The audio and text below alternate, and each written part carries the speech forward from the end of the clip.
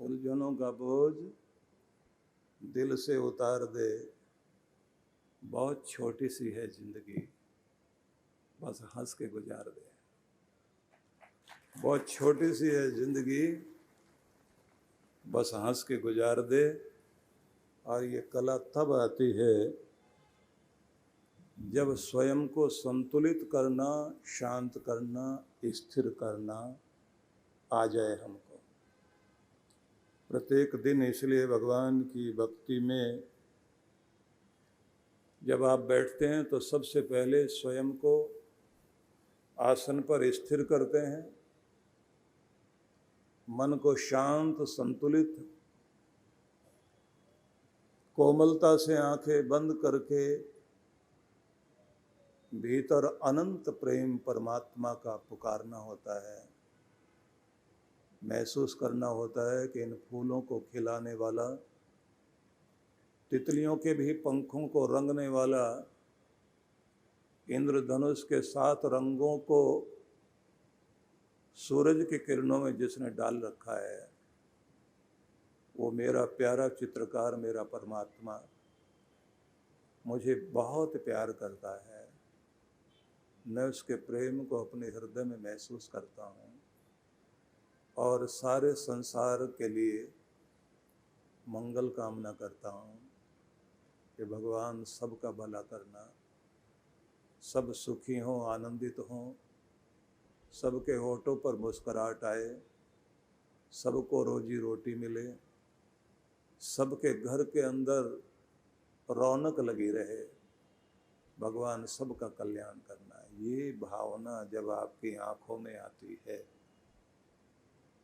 और जब आप बैठकर परमात्मा का नाम जपते हुए आमंत्रण देते हैं कि सर्वशक्तिमान मेरे प्यारे ईश्वर, तेरा भक्त, तेरा बालक अपने हृदय मंदिर में आपको पुकारता है कि अपनी ज्योति को, अपने नूर को लेकर मेरे हृदय में स्थिर हो जाओ, मेरे कर्म में प्रकट हो जाओ, मेरी वाणी में आपका नाम बस जाए, मेरे भीतर वो बुद्धिमत्ता और क्षमता आ जाए कि मैं तेरे कार्यों को पूरा कर सकूं और उद्देश्यपूर्ण जिंदगी जी सकूं।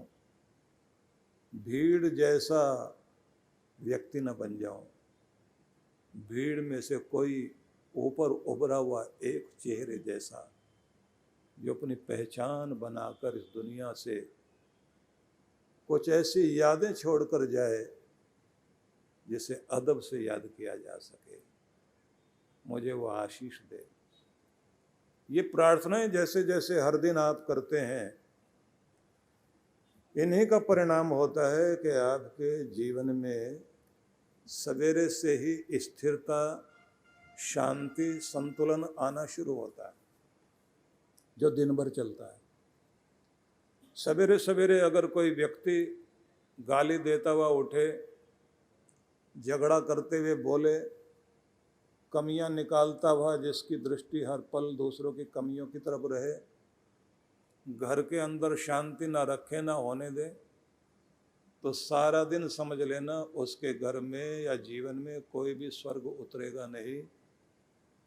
पैसा कमा सकता है लेकिन खुशियां नहीं कमा पाएगा। खुशियां कमाना है तो पहले परमात्मा के आसन पर बैठना आना चाहिए और कृपा पाने का नियम आना चाहिए। गुरु आपकी शुरुआत यहीं से करता है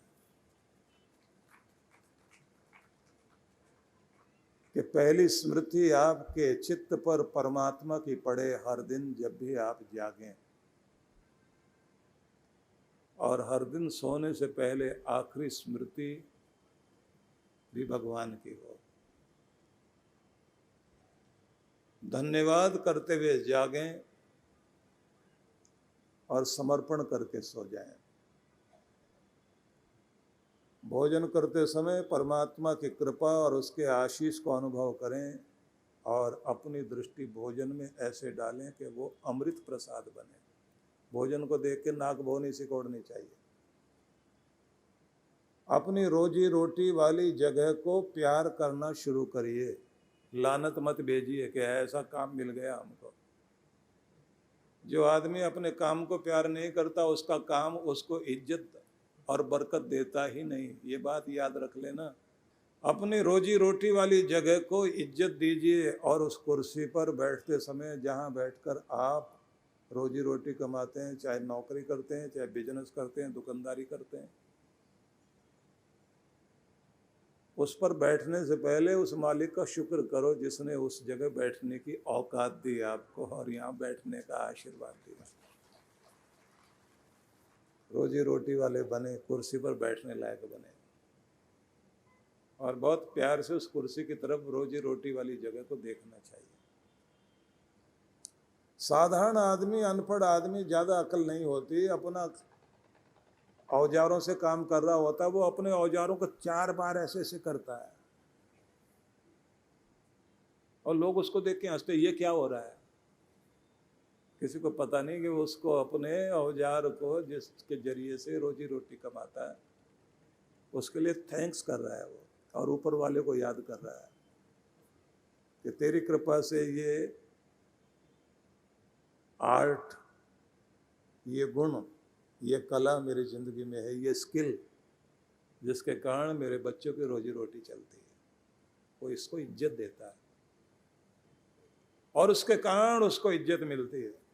साज वाला अपने साज को नीचे गिरा हुआ नहीं देख सकता, उसको उठा के रखेगा, तरीके से रखेगा, तब तो उसका साज उसको जो है इज्जत दिलाएगा। तो इसलिए ये निवेदन करना चाहता हूँ आप सभी से, धन्यवाद जरूर कर लेना उस कुर्सी पर बैठते समय जहाँ से आप रोजी रोटी कमाते हैं। धन्यवाद करना उस मालिक को जिसने आपको वहाँ बैठाया। और एक निवेदन, एक वायदा खुद से जरूर करो कि जितना ले रहा हूँ उससे ज़्यादा वापस करूँगा। जिन्होंने मुझे यहाँ बैठाया उनको ज़्यादा कमा करके दूंगा। अगर 200 लेता हूँ तो 1000 रुपए का काम करूँ, काम चोर नहीं। तब क्या होगा?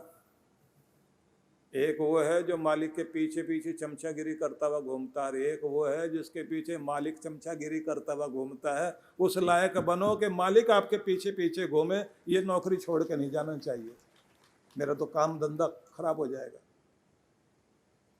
और दूसरा वो जो पीछे पीछे घूमता रहता है कि मालिक ठीक रहना चाहिए, नहीं तो नौकरी गई।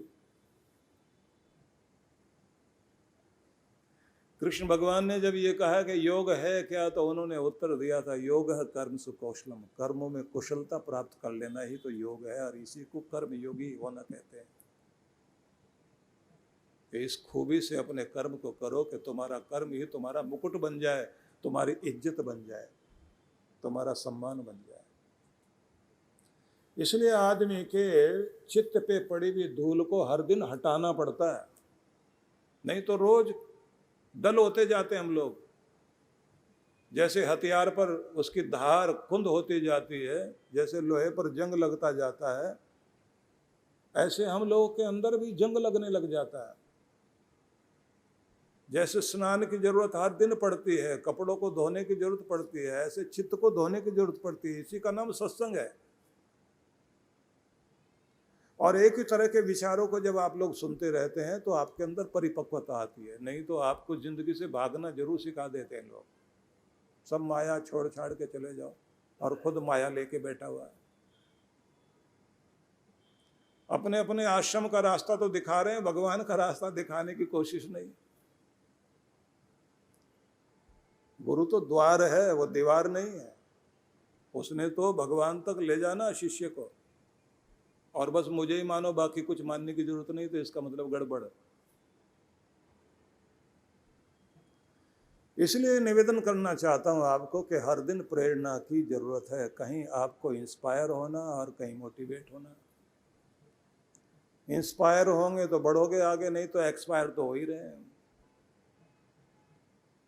परम पूज्य सुधांशु जी महाराज और आदरणीय डॉक्टर अर्चिका दीदी के शुभ नेतृत्व में सीखें ध्यान की कुछ अद्भुत विधियां, जो न सिर्फ शरीर को शक्ति प्रदान करेंगी बल्कि आंतरिक शांति से भर देंगी।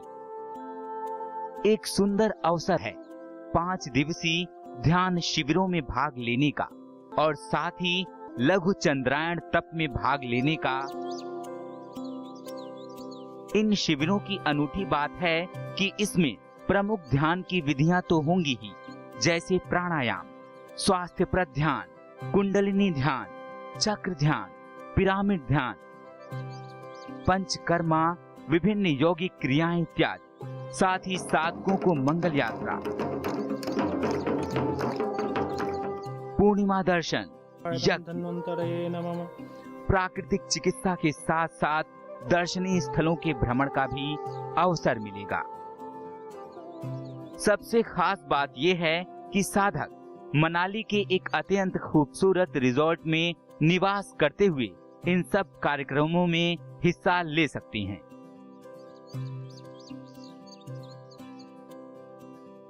तो आइए परम पूज्य गुरुदेव और डॉक्टर अर्चिका दीदी के साथ मनाली चलें